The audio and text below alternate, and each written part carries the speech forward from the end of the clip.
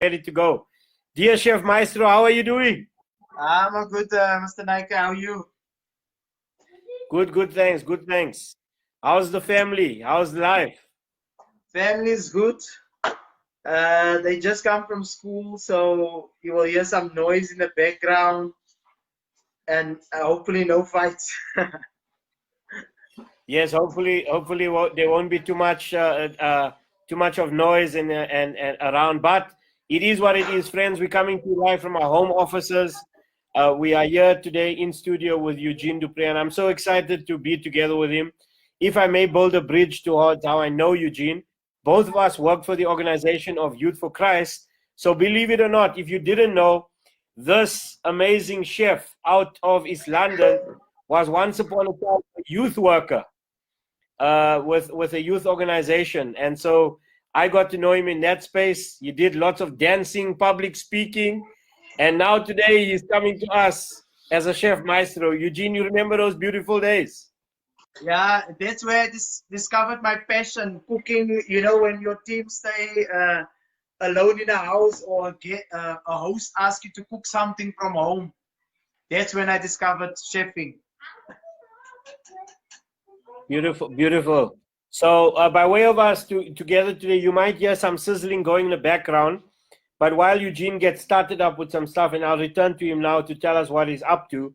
But I just want to honor him today because part of it is to really give some focus onto this person on our show in such a time as this. And as we do that, Eugene will be running some things. I'll ask him, Eugene, when I'm cutting away the tracks, you can just mute your mic so that we can go on. But you might see some action in the background. But right now, I want to set the tone for us, myself and Eugene, with you on a passing away of a young boy, because this is where the inspiration of this title for the next few weeks, Heritage and Wellbeing.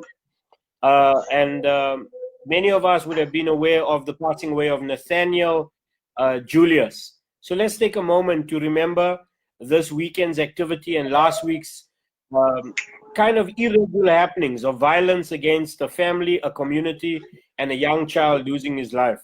And I know that we discussed this, but let me just cut to that right now, where we take a moment right here on the show to set this tone in space for thinking. And I'm grateful to a colleague of mine, Raquel, who put this video out. And I want to bring it up today by way of us being together. So Eugene, can we see that image? Are you still there? Yes, I can see it. Okay, so there we go. This is just to put our focus, and this is the inspiration around why Marisha and I decided for this month, together with our partners, we would lean towards heritage, where it is that we come from, and our well-being, where it is that we want to go to. But let's remember this child, because while we remember where we come from, there's some issues happening in our everyday world that we can't see continue. And this is some work that has been put out, a video that came to me today from a group that is another leader that I respect, Raquel, who sent this out with a group that's designed towards women's rights and addressing issues in El Dorado Park.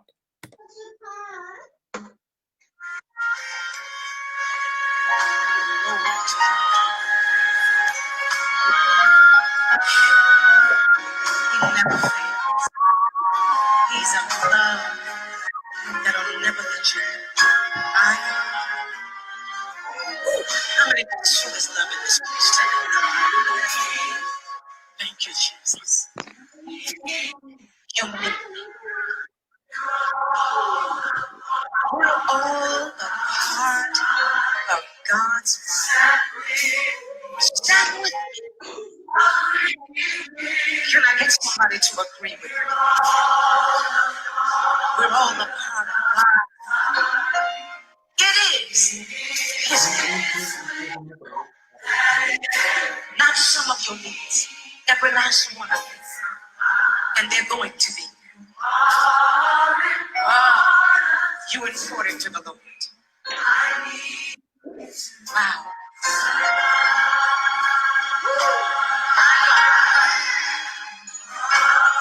You important to me tonight. Without you, I wouldn't have a ministry. You're the reason why I came. My God. Thank you, Jesus. I need you. You need me. We're one heart.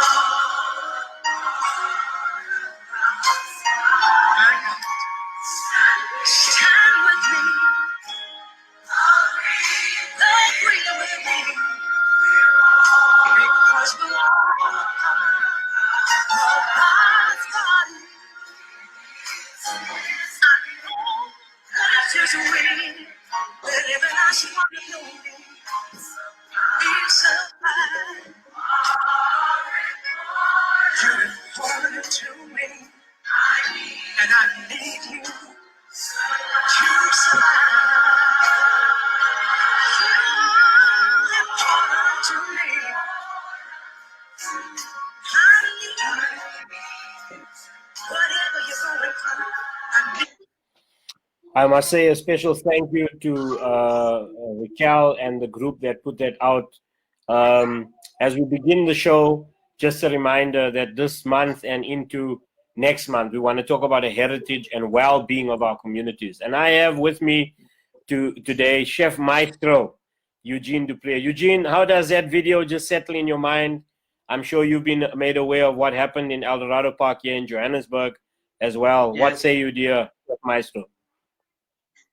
It stirs up a lot of anger, I would say, and pain. See a young man gone so soon, and he has a lot of mixed emotions, Mr. Naika. And as we do Yes, that today, part of us. Very emotional. Say again, Eugene. So I must be there. Actually lost for words at the moment now, looking at that video. Yes, I can imagine, and we play it today really just to honor the community of El Dorado Park and the Julius family. But when we got this live stream going within this month in September and October, it's about the fact that we want to connect with people who are inspired to overcome the difficulties of our everyday world. So, friends, I have with me today, by way of heritage to well-being, Eugene Dupré, and let me do justice by you, Eugene, as we put the focus on you now. This is Eugene Dupré, and he is currently in East London working as a head chef, and he'll tell you a little bit about the organization at Sogosan that he's a part of. But let me read from his profile. Working with people of different creeds, culture, and backgrounds in countries like South Africa, Swaziland, USA, Germany, and Switzerland, during my travels with Youth for Christ, has broadened my horizon to the exciting and vast differences in cultures we are exposed to throughout the world.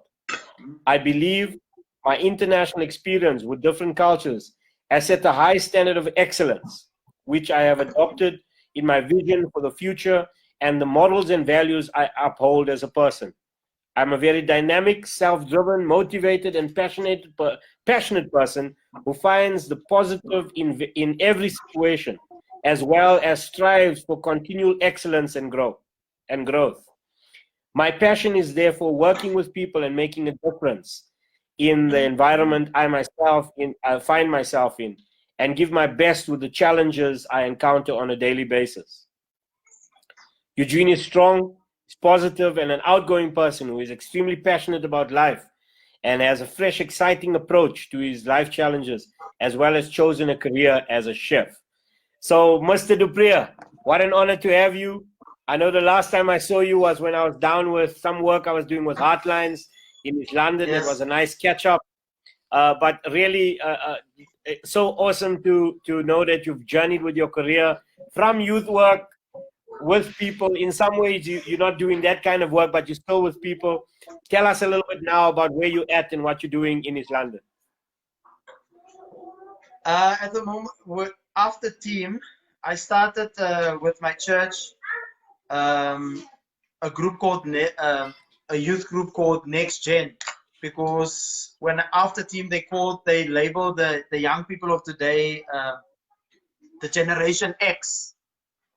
So I said we're not the X generation. That's why in Next the X is big in Next, and Gen taken from Genesis, and that's where the word or the name of the the youth group came from Next Gen. Genesis standing for beginning, and that's why our slogan is New Beginnings.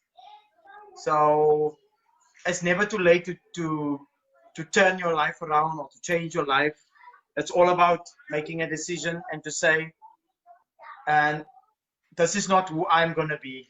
I'm going to break generational curses, or I'm going to set a tone for my life and for generations to come. So then, Wow. So with team, I'm also in a home studio. Thank you, Sorry, Mr. Eugene, for that connection to your work. Tell us about a little bit, and if you're hearing some background noises here, for those of you that are online with me, I'll just ask my children to tone it down in the atmosphere. We're all at home in home studios in level 2 lockdown.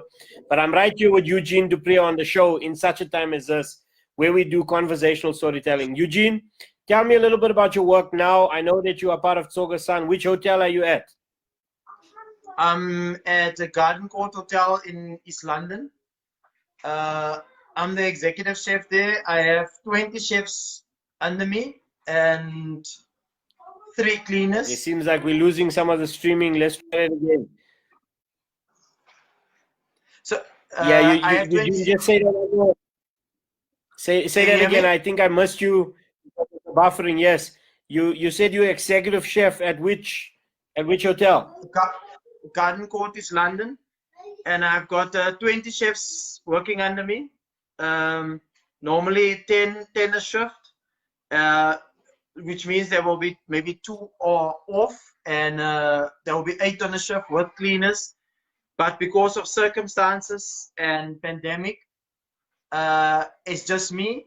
Or if the numbers is high, like last night, it will be me and one of my chefs that's working, cooking, cleaning. So life will bring you down, or pandemic will bring you down. Also, with the same breath, I can say I'm also a COVID-19 survivor. My wife had it first, and then a month and a half later, I contracted the virus. I have no clue where from, and by the grace of God, I'm still standing. Wow. And we are happy. We're happy that you're alive to continue your work and do so excellently. Eugene, I know that you need to brief me how you want to do your little show and tell today, because I know that we're making a connection. So maybe we'll be talking while you work, but over to you for a while, and then I'm going to still connect. So this is what I've asked Eugene to do today. While he's busy cooking and sharing some, he says he's got something he's going to throw up for us in a kind of a 5-minute show and tell with the chef maestro. But in that, he's also going to be telling a little bit of his story, of who he is, where he's come from, and you're going to be getting it all live right here on In Such a Time as This. And again, in mind, I'd like you to keep in mind that as we listen to his story today, I'd like you to think upon heritage. Where does Eugene come from? Who he is and where he's come to? And what has he tried to do to resolve some of the beginnings of one's life? So Eugene, over to you as you tell your story and bring in a show and tell. Over to Eugene Dupree, head chef. Let's go. Before I go to my heritage today, I've prepared, I'm going to make a Asian stir fry. I've got a rump steak here and some broccoli and cauliflower. Broccoli, I just blanched and refreshed it. And there's some carrots and cabbage and some egg noodles. Yes, my heritage. I don't know, some people call us Bushi, some people, it doesn't matter to me. I know who I am in my own right. I come from a family of, we're 5 kids. My dad was the only breadwinner in the house.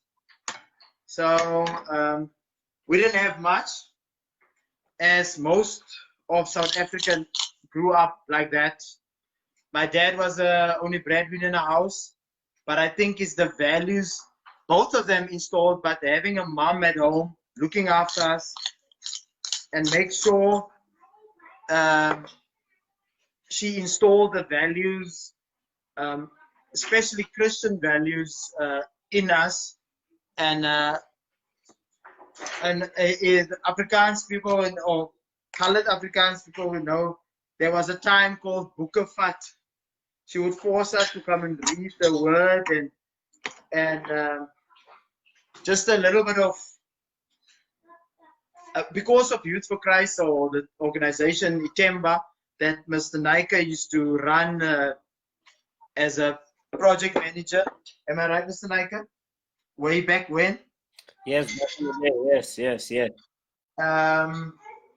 I discovered people used to ask me overseas, so what are you? What's your race? And I never bothered to look back into it to find out where do we come from, what's yes, part of the training of Itemba is to go to all the apartheid museums and to see, and according to the apartheid museum, all mixed race is called colored. And but when we met you in America, you challenged us. You challenged us as a team. Find your heritage. Who are you? How do you see South Africa now? And that's when I phoned my parents, asked them, so your parents was, who's that? And at least I could go back 4 generations to say my father is not sure whether we, yes, Bushman Khoisan, my granny that I was very close with, and I hear that I was her favorite, was Fatima Ismail. And then she married my grandfather. She's Cape Malay. So when she moved to East London, she met my grandfather, which is Issa Kums. And then my mom is got colored / Khoisan or an Indian mixture. From my dad's side, it's colored or Khoisan, and we are, as you know, my surname is Dupriya, and my granny was Groep. So that is German and French surnames. And yeah, that's my Mengel Moose that makes up Eugene. That's where my heritage comes from. And so many of us as young people, we're still riding on the wagon, yes. Because of apartheid, I didn't have that. Because of, yes, it is, but what are we doing about it? Well, I decided, when I discovered overseas, while traveling with team, people like my cooking. So when I came back, I don't know if you can remember Nash.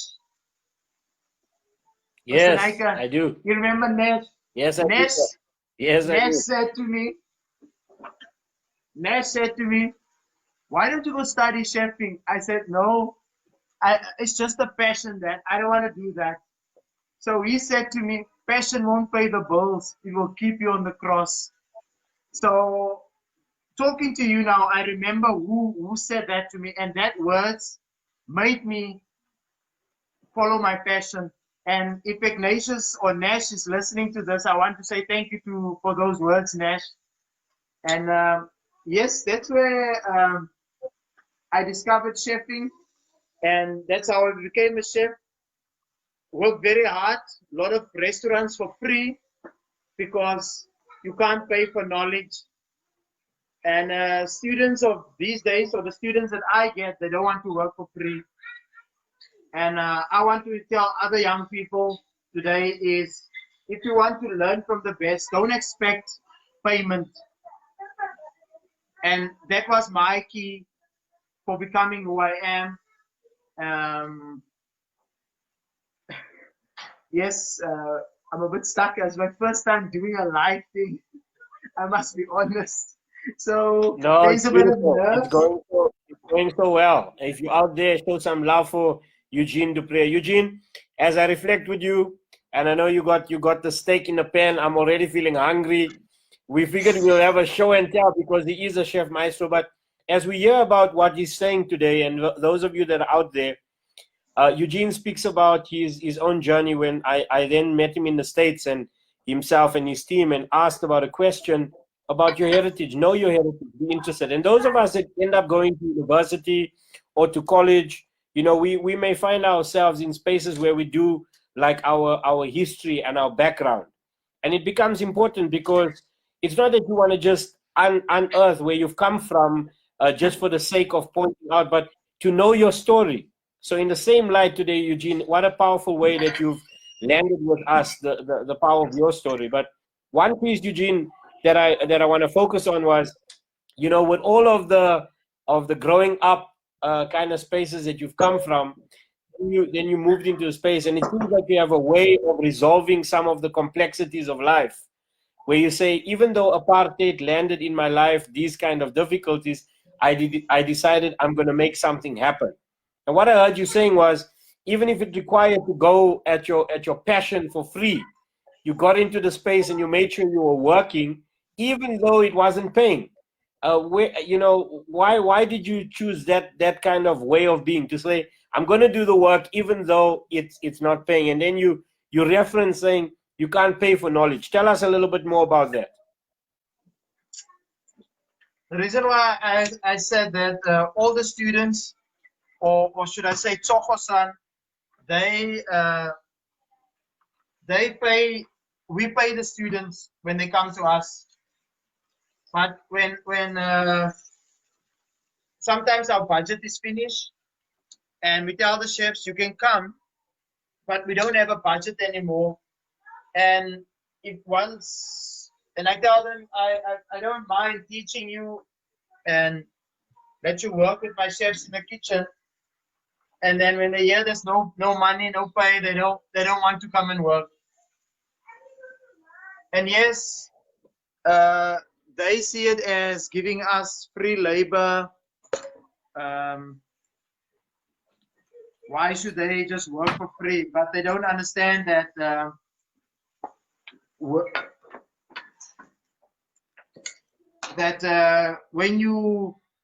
if you want to succeed in life, you need to learn or start somewhere. And well, I can only share what I've gone through.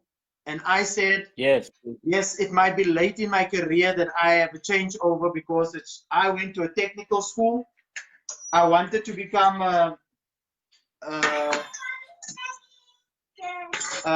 electrician, but life have a different way of showing us. I was involved in a lot of fights when I was in school, and all I wanted to do was become a Springbok. I didn't want to do anything with schoolwork. I just wanted to play rugby. For those of you who know me, I just wanted to play rugby, and I wanted to be a Springbok. While we're on that note, I didn't become a Springbok, but I had a privilege of cooking for the world team. And I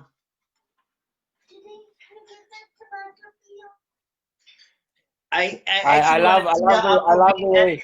I'm all emotional how that's a big highlight for me. Not just the Springboks, the world. We are the world champs, and a lot of my friends are All Black supporters. I don't. All Blacks always play the best rugby every tournament. But my question to you is, sorry, Mr. Naika, going off. This is as part of my heritage. How can I support a country where I come from, this country? Yes, we have a lot of troubles. We have a lot of adversities. We are not where we want to be. But if you have to compare this country to a human life, we are very young. That's how I see us as a country compared to the other countries that has been who got their freedom for years and equality, and we are far as a country, and we're growing as a country for me. And that's why when I spoke about that moment of the Springboks, I didn't want to speak because the tears was gonna roll. And yeah, I'm very passionate about my rugby. Yes, even though I didn't become a Springbok, I got the privilege and the honor to cook for the Springboks. And every year I go up to cook for the sevens, the World Sevens in Cape Town.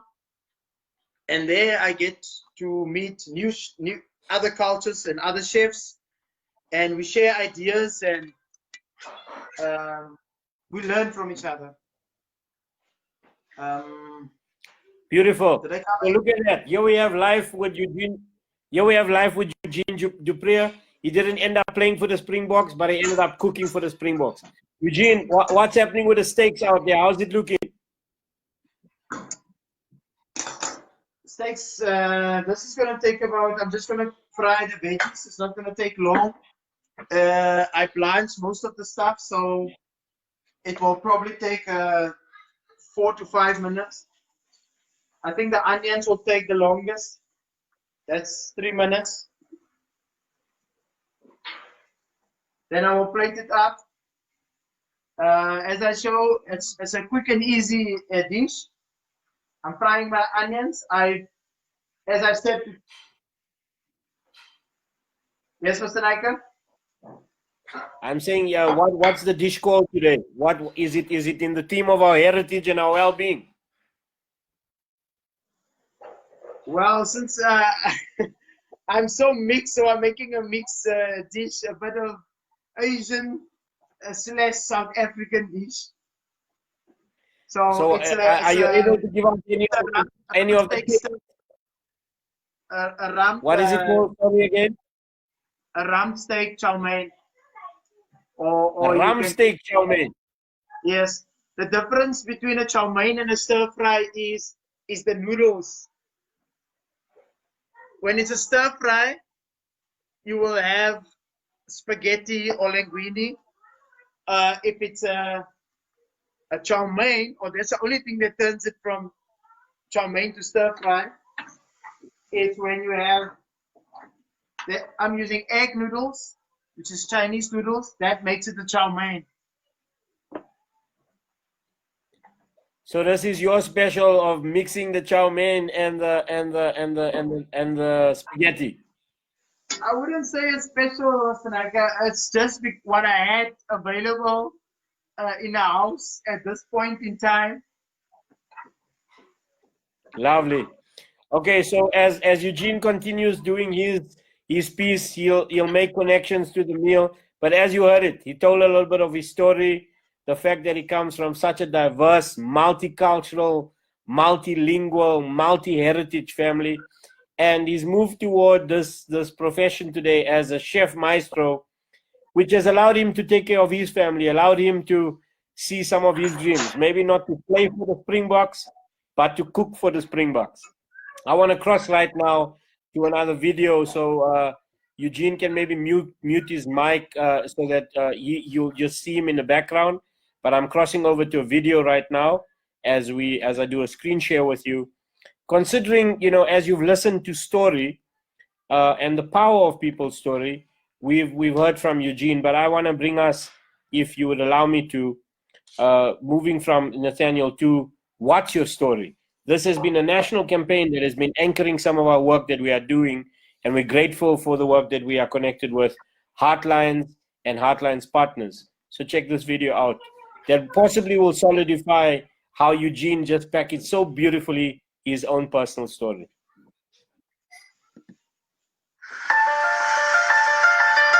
The world moves fast around us. Sometimes it feels like a blur. We pass each other and make judgments of each other constantly. You're doing it right now, seeing this woman across the street. We cross and recross, but rarely connect.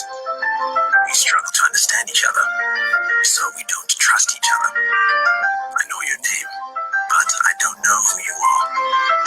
You know my name, but do you know my story? What would help us see beyond our perceptions? Story. Our stories are what make us human. Stories have the power to overcome our perceptions. Sharing a story isn't hard. It's a simple human act. Connecting us deeper to people we already know. Reach out. Ask. Invite.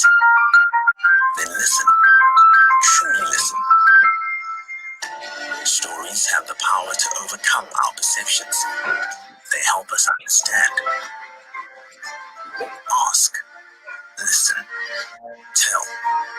It's our way of building our nation. Heartlines has developed resources to help you on this journey. These resources will empower you to build understanding, trust, and reconciliation through personal storytelling. Imagine if we were part of a powerful wave of change, one story at a time. We all have a story to tell. What's your story?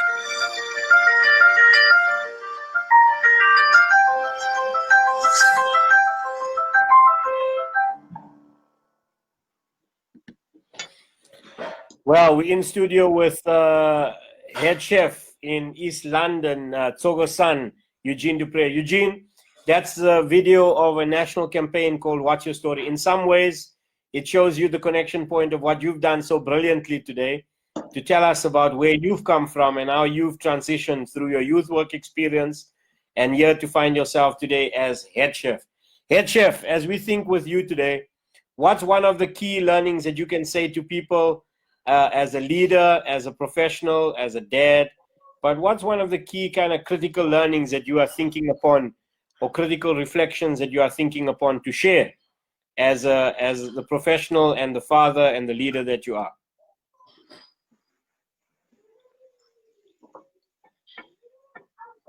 For me, as a father, or what I teach my kids is always respect other people. Doesn't matter from where they come from, or they have less than you, and share what you have with others, which we all do. We all want to bring our kids up like that.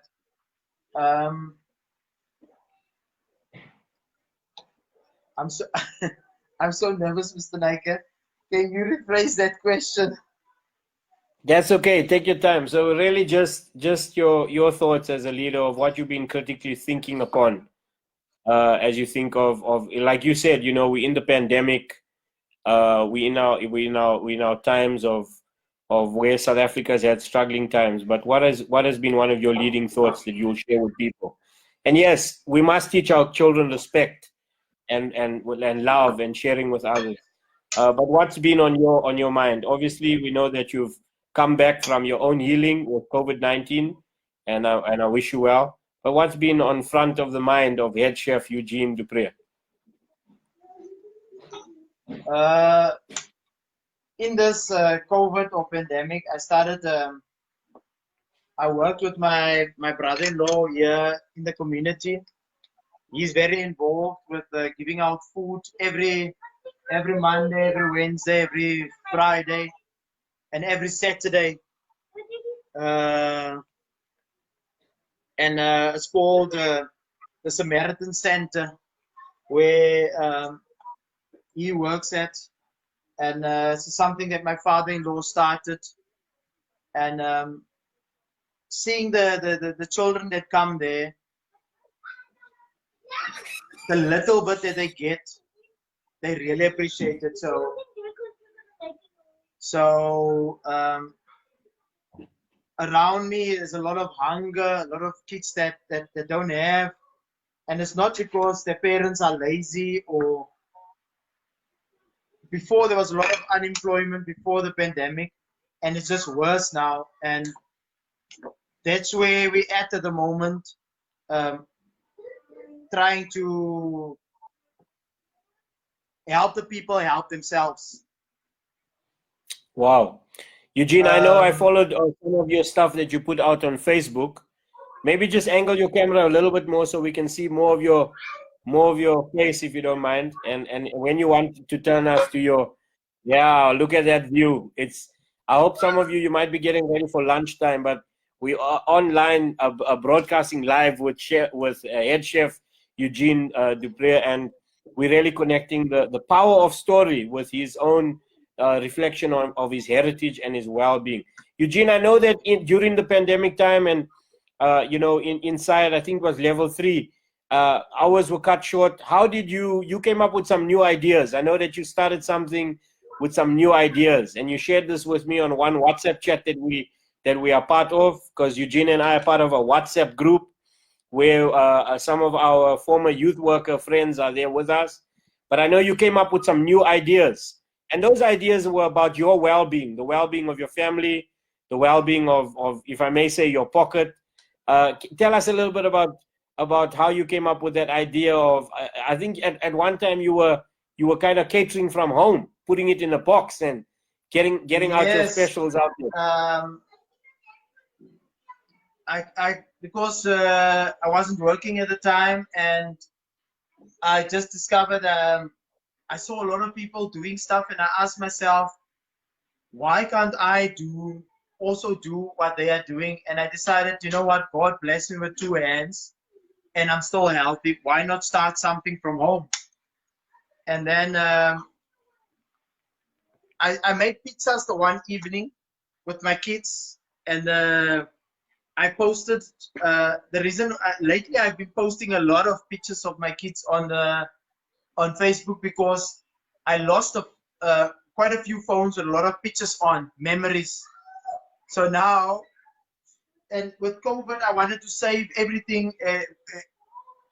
There's a lot of negative with COVID, but there's also a lot of positive. We as a family grew closer together.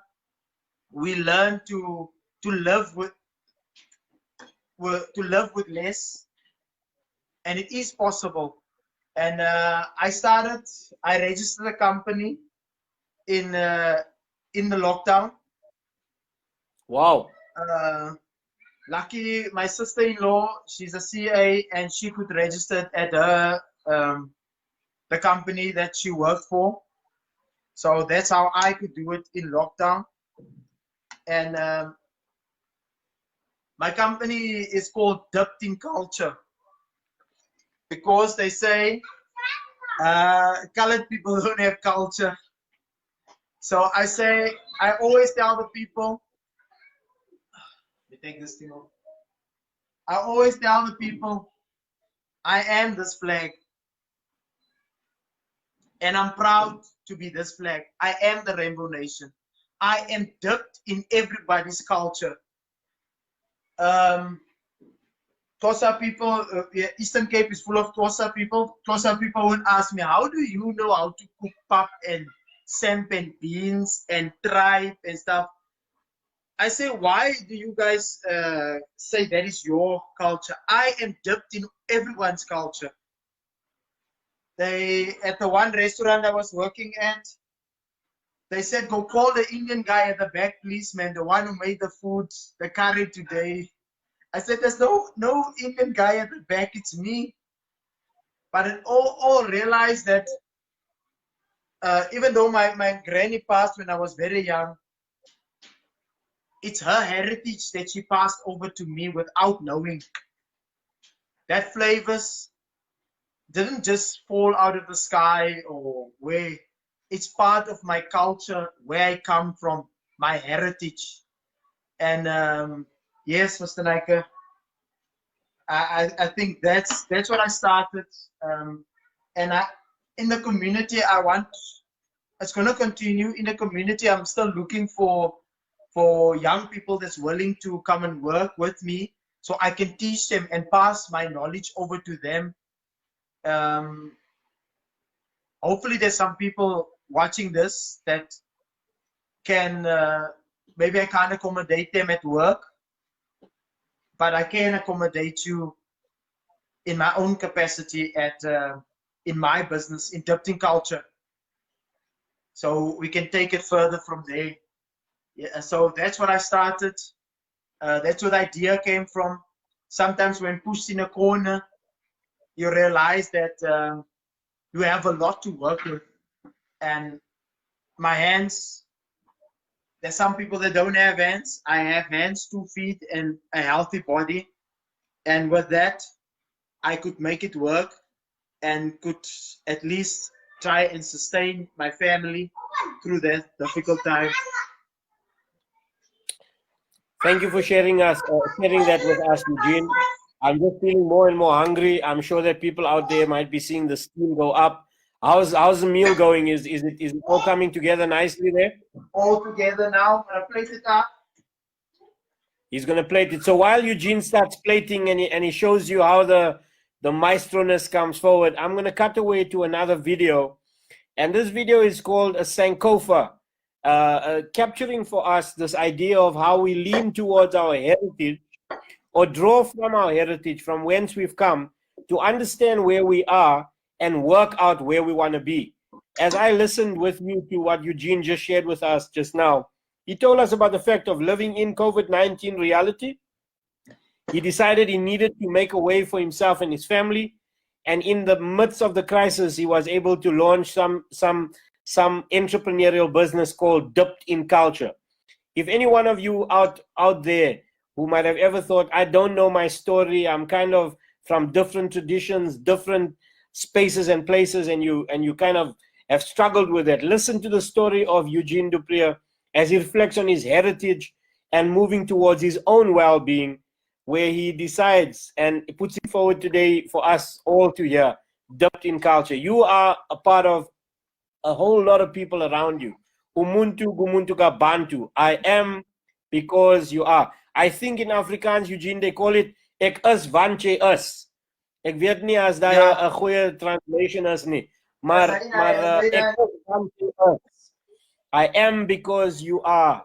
Umuntu gumuntu ka bantu. But here's a video as Chef Maestro continues to plate. Let's check this video out together.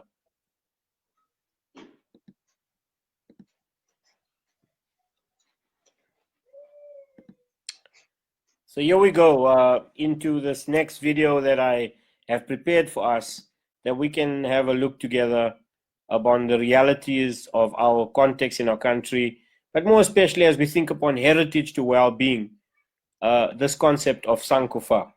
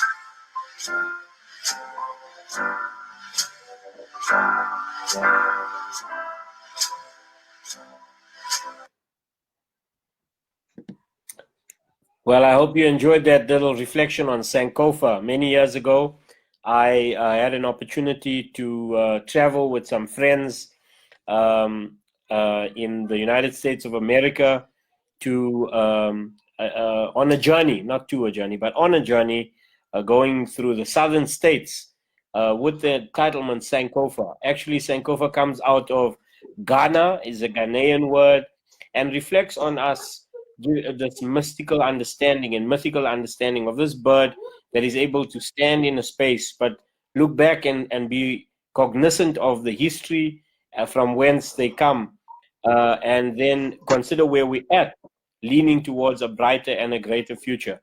Well, look at that. From this conversation of heritage and well-being, this is Eugene du Preez giving us a little bit of his flavored, I don't know, what are you calling this today, Eugene? This is a rum steak stir fry or chow mein. A rum steak stir fry, chow mein. And this is us bringing to you it mixed right here live on In Such a Time as This with Chef Maestro Eugene du Preez. Thank you, Eugene. Is someone available to taste it and let you know how nice it tastes? Because I can't taste via this broadcast. I will Who's see available who picks there up here. taste? Ramon stays the closest, I think. But who's at home? I see your daughter there. Let us give her a taste. Does she want a taste of Daddy's lunch, Daddy's beautiful lunch? Who's out there to let us know what it tastes like? Well, Guys, come here. I'm looking forward to being one day with you again to taste some of that delicious meal. I know that you said the next time I'm in, I need to come by, and what a great honor it's been. So as we kind of move towards our close, we want to just step in. How's the taste, guys? Those are his beautiful babies. Hello, everybody. Nice. Does it taste nice? Are you saying that just because he's your daddy? Talk to Uncle Seth. Is it tasting good, guys? Is it tasting good? Yes. Wow. Thank you so much for showing up in the show and helping us out, because I can't taste because we're quite far. Eugene, thank you for that. Are these your 3 babies? Yes, this is Isabella, Alexandra, and Jeremiah. Hey, guys. I know your daddy from way back when he was a lot younger. He's still as handsome as ever. Is he a good daddy to you? Yes. Awesome. Good to see you. When I was so skinny, Mr. Nika. You're still looking in good shape, son. You're still looking in good shape. Let's bring the show to close here with Eugene. Eugene, maybe some vibes of you thinking with us about heritage to well-being. What is your call to people today as a professional, as a dad, as in your own capacity as head chef?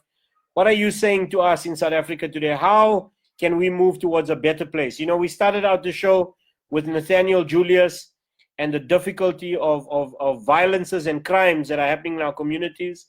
Even as you shared with us today, you told us about some of the hardships of COVID-19, but also about the fact that people in East London were unemployed. It's just now that COVID-19 made things worse. But what are you saying? What should we be doing as a country? Obviously, you can't change everything, but by speaking us today, maybe some people will be listening. What say you, my chef maestro? I like that saying that you said, I am who I am because of you. What's the saying again? You say it again. I like that. In Afrikaans, I am because you are. Yes. Ja, ek is want jy is. Ek is wat ek is. But what I like is,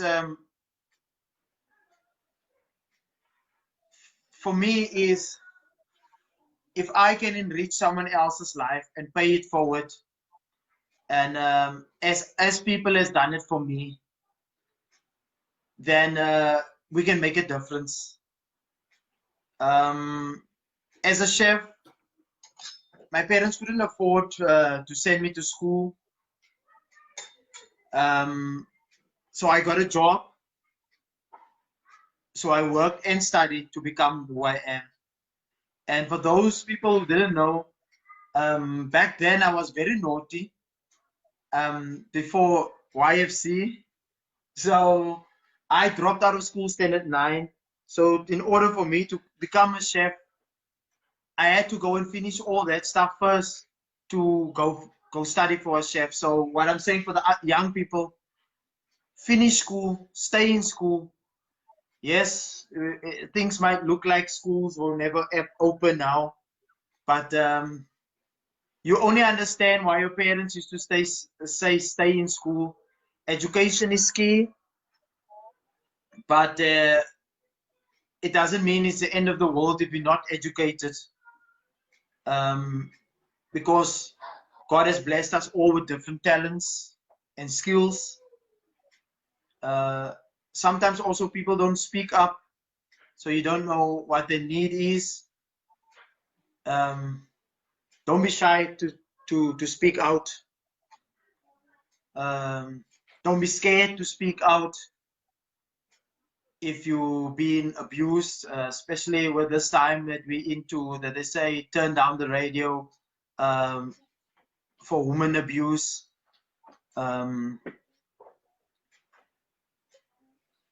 Yes, Mr. Naika, I'm speechless. I'm honored that you can have me on the show. I stand back with those words. Eugene, thank you. Thank you for taking the time today. I just want to honor you and tell you thank you for sharing your life with us, your home, even your children. Those of you that have been out there, it's been our honor to be in conversation this afternoon with head chef Eugene Dupree, one of the if I may say, the rising cuisine specialists in our country. As he's called up regularly. I mean, I remember the one day I called you and you told me, hey, Seth, I'm just so excited because I've been invited to. I think it may have been the first time you were invited to fly out somewhere for one of your chefing gigs, Yes, and these yes. were all your dreams being realized. So I want to just reflect with you on with you being here with us today. Those of you that are out there, there's power in our story. There's power in who we are and where we come from. Today, as we've engaged with Eugene Dupree. Yeah, you all may have heard him speaking about where he's come from. And I can say to you that it's been humble beginnings. If you heard him just now, those of you that might be in other countries around the world, he said he stopped schooling in standard 9, which is basically grade 11 today. You can see he gave his age away there. Okay, but grade 11 today, and then had to go back and do some reparations for life so that he could move towards his career. Now, when we bring people like Eugene into the place, and what I love about it is many of my friends and many of our colleagues have been committed to making a difference. And like this, I know that while Eugene has gone now into a professional career, built his family, he's still committed to making a difference. I hope that some of you may have listened to him talking about dipped in culture, where he might not be able to cater in his professional space as a head chef in Tsogosan, but wants to, through his business, make an impact in young people and young chefs' lives. So those of you that are out there, if you don't know Eugene Dupree, please get to know him. He's on Facebook, he's accessible. This thread will go in many spaces. I believe that part of the Heartlines work that we're doing and the What's Your Story revolution, today you're getting to hear a real McCoy, local as lekker chef from East London. So yeah, I feel like he's a bit more relaxed because he was chefing while he was talking and taking care of the kids. Let me give you your closing words as you close out the show for us today, Eugene.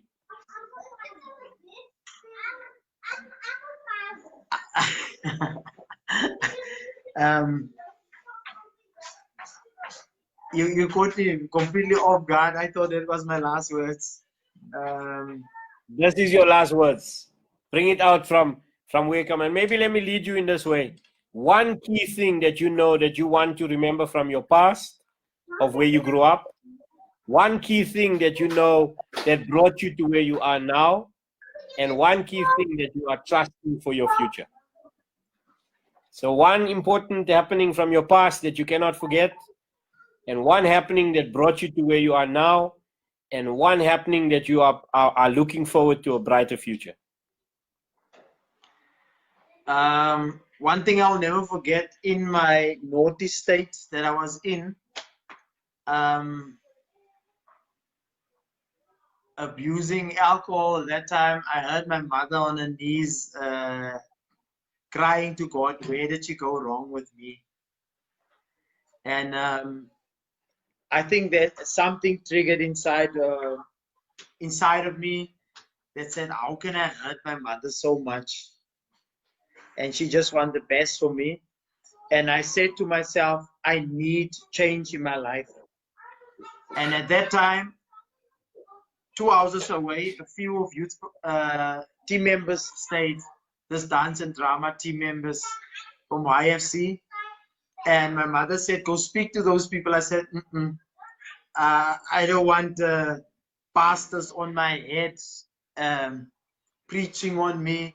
She says, no, it's young people just like you. And I said, no, still, I don't want umfundisis all around me. And no. Until I saw a beautiful lady there, one of the girls that was on the team, she invited me Let me try and think of a name. Lizette, I don't know if you can remember Mr. Naika. She was in the California team as well. Yes, Lizette Noble. Well, she's no longer a Noble. I think she's Simmons now. yes, Simon. She's married Yeah, now. yes. So she invited me to church, and I thought this chick liked me. So being the cool old, where I thought I was cool back then. So going to the church. So instead of getting a girlfriend that night, I got salvation. So, and a verse that changed my whole life. That's why you hear my son's name it's a very well-known verse. And that's why I gave my son's name Jeremiah, because to always remind me where I come from, where I've been, and what situation I've been in. So Jeremiah 29:11 is the verse that changed my whole life. For I know the plans I have for you, plans not to harm you, but to give you hope in the future. And I joined. That's when I applied for Itemba, and the slogan was hope for the future. I said definitely I'm at the right place, and that was in the past. Now it is to install the right values into our community, and wherever we go, it's a mindset to not to be conformed to the standards of the world, but be transformed by the renewing of our mind. Meaning, it starts. We need to change the mindset of people. A very, very good friend of mine it's always posting, Simone Glassens is always posting stuff about the community being dirty. People, we clean that area. I hired bulldozers to clear the area where people are dumping. And I spoke to her and I said, we need to change the mindset of people.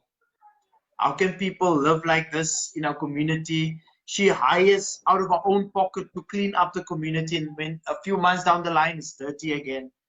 So for me, I would say it doesn't matter if we clean it up. We need to change the mindset of the people. So if you can change the mind, I don't know, is it the heart that changed the mind or the mind that changed the heart? But both need to change. There's a saying that says you need a change of heart. So I guess it starts from the heart, and then your mind will change as well. So, and let us, where is the Ubuntu? One thing I learned on Itemba in Lenesa South, where Itemba was based, that community everywhere around there where we went, it was all about Ubuntu and uplifting. And I don't think there's Ubuntu anymore, where these days, if you discipline someone's child, the parents and the uncles and the aunts all come and check you. Who are you to come and discipline my child? And I say to people in the street here, the community, we should look after each other's children, because I'm not going to be always there in the street where my children are. So we are all here to look after each other's kids. So, and I know that's a sore point for a lot of people, for you as a parent as well, for me as a parent. If you just come and hit my child or whatever, who are you to do that? That's how I grew up. Well, maybe we can think of it like this. Please don't hit somebody else's child, but look out for their well-being. Yes, like in yes. different communities, we've been seeing children being hurt. I mean, you've got a daughter, you've got sons, so do I. If you're out there and you're in community, this Ubuntu can be the spirit of togetherness, the spirit of healing and sharing. Exactly. I remember, Eugene, as we close out, but a community in Mitchell's Plain, or was it Bontierville? I'm not too sure now, but I know it was Western Cape, where this young lady was abducted and then hurt, and not just hurt, but loss of life. And so if we're out there, part of it is that when we're looking at our well-being, we got to protect the children of our community. When I think about Nathaniel Julius, there would have been some elders around, but this is the reality. Police just do what they like. You know, Yes. unless we hold them accountable. You can't just come in here and do your own nonsense in our own community. Be respectful. Yeah, now they shot a young 16-year-old who is known to be a child that lives with alternate abilities, as a child who has lived with Down syndrome, as a syndrome child. So yeah, you know, I feel you in that regard, and I think I want to say encouragement to you, Eugene, as you continue with your career. I hope that Sogo-san, if you're out there, Sogo-san executives, know that you got one of the gems and jewels of East London, Buffalo City in your team. And then hopefully that you'll be one of those that will allow Sogo-san to see a brighter future of connecting with communities, of making opportunities available. So yeah, as we close out today, I'm grateful to be in conversation with head chef at Sogo-san in East London, Buffalo City, Eugene Dupré. Those of you that are out in East London or in other parts of the world or the country, please check him out. Know that his work is focused on food, yes, but also on food that can make impact on lives. So as we close out this month, Eugene and I have started with you all this focus that will be happening on In Such a Time as This of heritage and well-being. How do we disrupt what needs to be disrupted? How do we disrupt the corruption? How do we disrupt the violence? How do we disrupt the dirty townships? How do we disrupt? Because we can't just leave it as it is. We got to come up with actions and ideas. Eugene, I want to say thank you for taking the time. I know that life is busy and you got to get to your afternoon or evening shift. But yeah, thank you, my dear friend. Greetings to your dear wife and your family. Tell them we give greetings from Johannesburg in LA, not Los Angeles, but Lower Alberton. Much love to you. Thank you very much, Mr. Naik. Thank you very much, Mr. Naika. Much appreciated. Hopefully next time it will be, I won't be so nervous, but thank you. You're always taking me new places that I haven't been, mentally and physically. Physically was with the Temba, traveling the world, and now it is my new journey as a chef. Much appreciated. Thank you very much. And please, let's check in again. Maybe we can do another show where some people can see some of your beautiful, delightful treats. So I've given Eugene this to focus on. He's going to come back to me later on about a meal that can be positioned and focused out of his own mind and creation on heritage and well-being. Something that comes from his grannies, from his French and German roots, from his Khoisan background. Can you imagine all of it brought together with the sizzling flavors out of the hands of Eugene Dupré? So friends, thank you very much. Eugene, much love. Thank you for being with us. Peace out.